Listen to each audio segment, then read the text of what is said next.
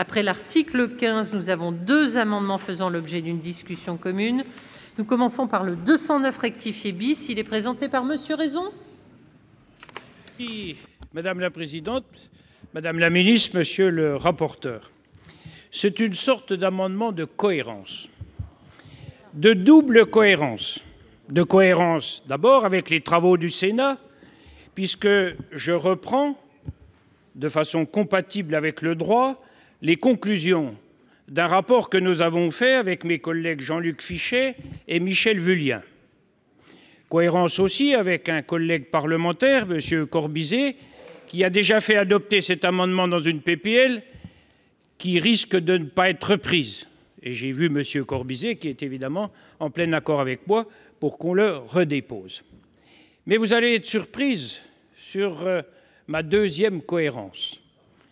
C'est une cohérence avec le grand débat et une cohérence avec le président de la République. Parce que le Sénat est là aussi pour apaiser et essayer d'apaiser notre pays.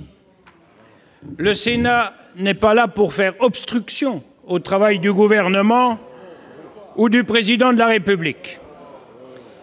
Et quand je vais vous reprendre les propos du président de la République lors de certains grands débats, je sais, madame la ministre, qu'on vous a déjà passé des petits papiers pour donner un avis négatif à mon amendement. Mais lorsque j'aurai lu les déclarations du président de la République, vous allez être favorable à cet amendement. Alors je vous le dis, Monsieur le Président de la République a fait appel aux maires pour faire des propositions sur ce dossier qui fait débat. Et il a dit il faut ensemble que l'on trouve une manière plus intelligente de la mettre en œuvre. Et c'est les propos que j'avais tenus au Premier ministre lorsque je l'ai rencontré avec mes collègues quand on a remis le rapport. Une manière plus intelligente. C'est pas compliqué d'être plus intelligent. Et le Président de la République a ajouté il n'y a pas de dogme. Et il a également dit il faut qu'on fasse quelque chose qui soit mieux accepté et plus intelligent pour éviter qu'il y ait à nouveau des mouvements dans notre pays. Et cet amendement que je n'ai toujours pas détaillé, il est simple.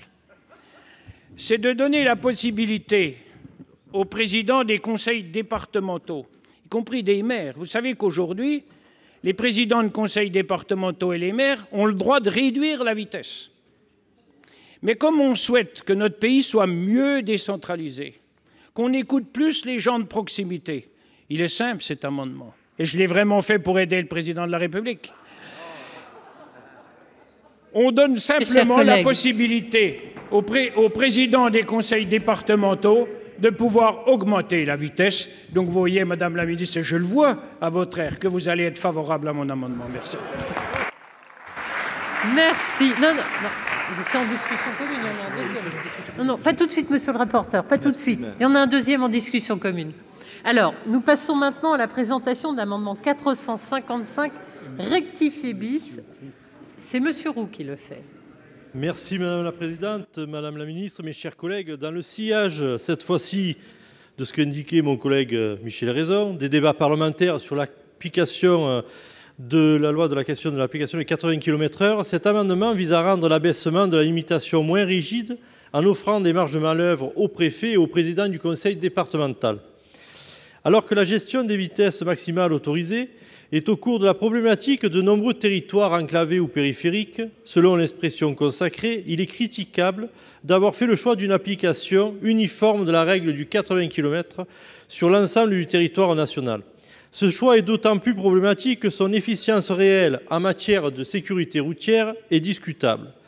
Nos voisins allemands appliquent par exemple des vitesses maximales supérieures à celles de la France, tout en comptant moins de morts chaque année sur les routes. La sécurité routière est bien sûr un élément fondamental, mais elle ne peut pas être le critère unique en matière de délimitation de vitesse. L'enclavement des territoires en est par exemple un autre tout aussi fondamental. En conséquence, cet amendement propose de permettre au président du conseil départemental et au préfet de rehausser les vitesses maximales sur les routes départementales et nationales après avis de la commission de la sécurité routière. La mesure envisagée permet ainsi de concilier les impératifs liés à la sécurité et la nécessité d'introduire plus de souplesse dans un règlement souvent trop rigide et aussi plus de proximité. Je vous remercie. Merci, cher collègue. Avis de la commission, monsieur le rapporteur, sur ces deux amendements. Alors, sur ces deux amendements, je reprendrai volontiers à mon compte le mot de cohérence qu'a employé mon collègue Michel Raison. Il avait noté une double cohérence, moi j'en ai noté une triple. La première, c'est que nous avons, dans le cadre de la proposition de loi de notre collègue Jacques Mézard, qui a eu le temps entre son départ du gouvernement et son arrivée au Conseil constitutionnel de déposer une proposition de loi. Il a été ministre de la cohésion des territoires. Proposition de loi relative au désenclavement des territoires dans laquelle proposition il avait intégré cette disposition. Deuxième cohérence, les travaux réalisés par la commission auquel Michel Raison a fait référence, commission Raison, Fichet et Vullien, qui avait fait cette proposition. Et puis, troisième cohérence, effectivement, le président de la République, qui le 15 janvier dernier a indiqué être ouvert à des aménagements sur cette notion de 80 km/h.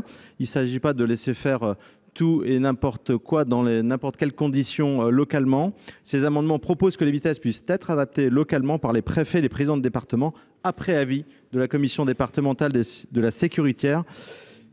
Ils vont dans le bon sens, ces amendements. C'est donc un avis favorable de la commission. Merci, monsieur le rapporteur. Madame la ministre, avis du gouvernement.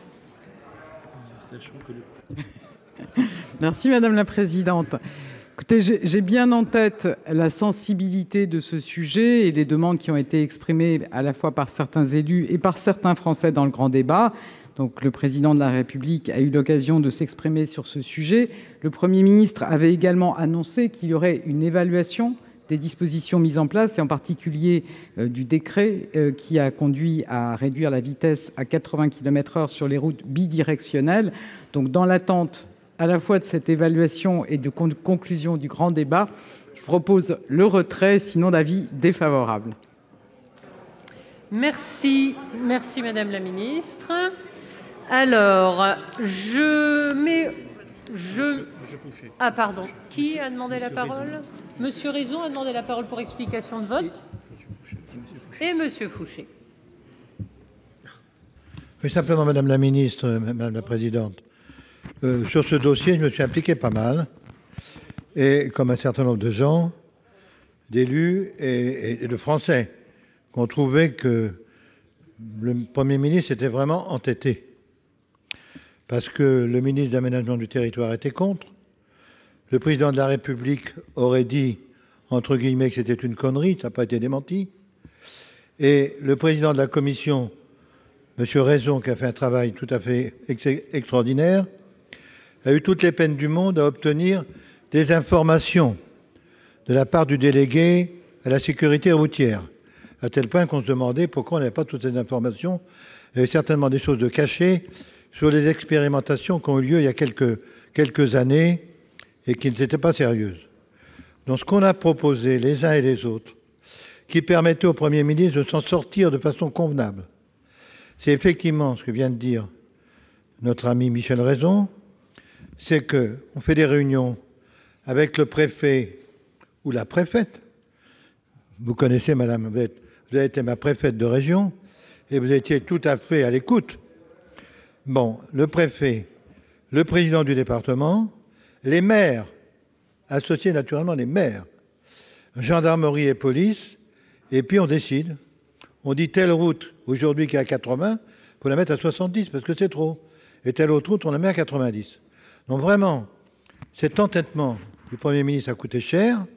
Il a emmené les gilets jaunes, entre autres. Il a emmené quand même des grosses difficultés dans ce pays.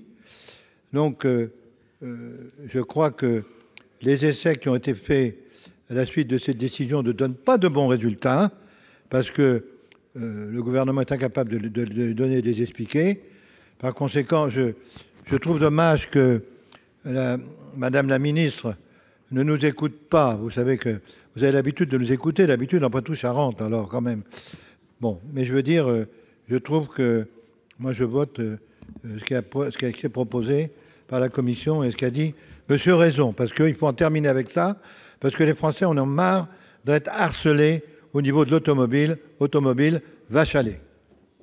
Merci, Monsieur Fouché. Nous passons à l'explication de vote de Monsieur Raison. Si, Madame la Présidente, d'abord, merci à la Commission pour son intelligence et pour donner un avis favorable à cet amendement. Mais Madame la Ministre, vous savez l'estime que j'ai pour vous, au-delà de la personne, y compris pour vos compétences. Vous n'avez peut-être pas bien entendu mes propos tout à l'heure. Je vous les remettrai par mail sur le résumé de ce qu'avait dit le Président de la République. Je voudrais faire 3 remarques. La première, c'est qu'il y a déjà eu une expérimentation qui n'avait d'ailleurs pas porté ses fruits avant la mise en place de ces 80 km/h. La deuxième remarque, c'est que si on donne la marge de manœuvre à chaque département de pouvoir moduler cette vitesse, on va démultiplier l'expérimentation.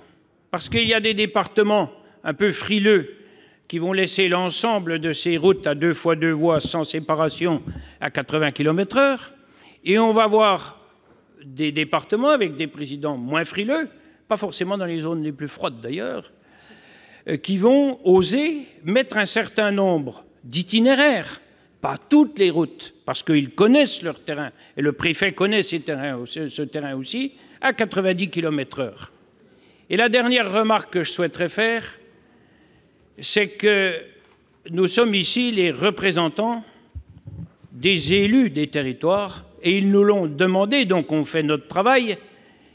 Et ce qu'ils souhaitent surtout, ces élus, c'est qu'on leur fasse confiance.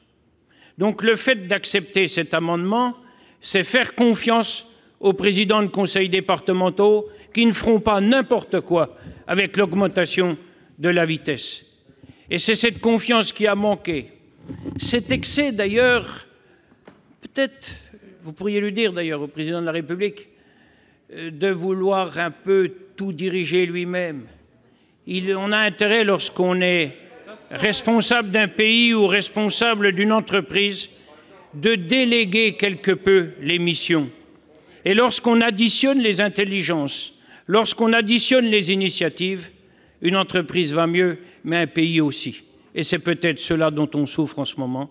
Donc j'encourage pour ça, mais je n'ai aucun doute, un vote à la quasi-unanimité. Je dis à la quasi parce que je vois M. Patriat un peu dubitatif, mais c'est normal. Il a quelques notions de fidélité par rapport à ceux qu'il a soutenus. Mais je sais qu'au fond de lui-même, il souhaiterait bien que cet amendement soit voté. Merci, Monsieur Raison. Nous allons maintenant mettre aux voix l'amendement 209 rectifié bis présenté par Monsieur Raison avec un avis favorable de la commission, défavorable du gouvernement. Ah, Monsieur Boucher a demandé la parole, pardon. Je l'avais demandé depuis longtemps, Madame la Présidente, non, pas tellement, Madame la Ministre. Je crois que Michel Raison a évoqué tout à l'heure des expériences sur le plan national.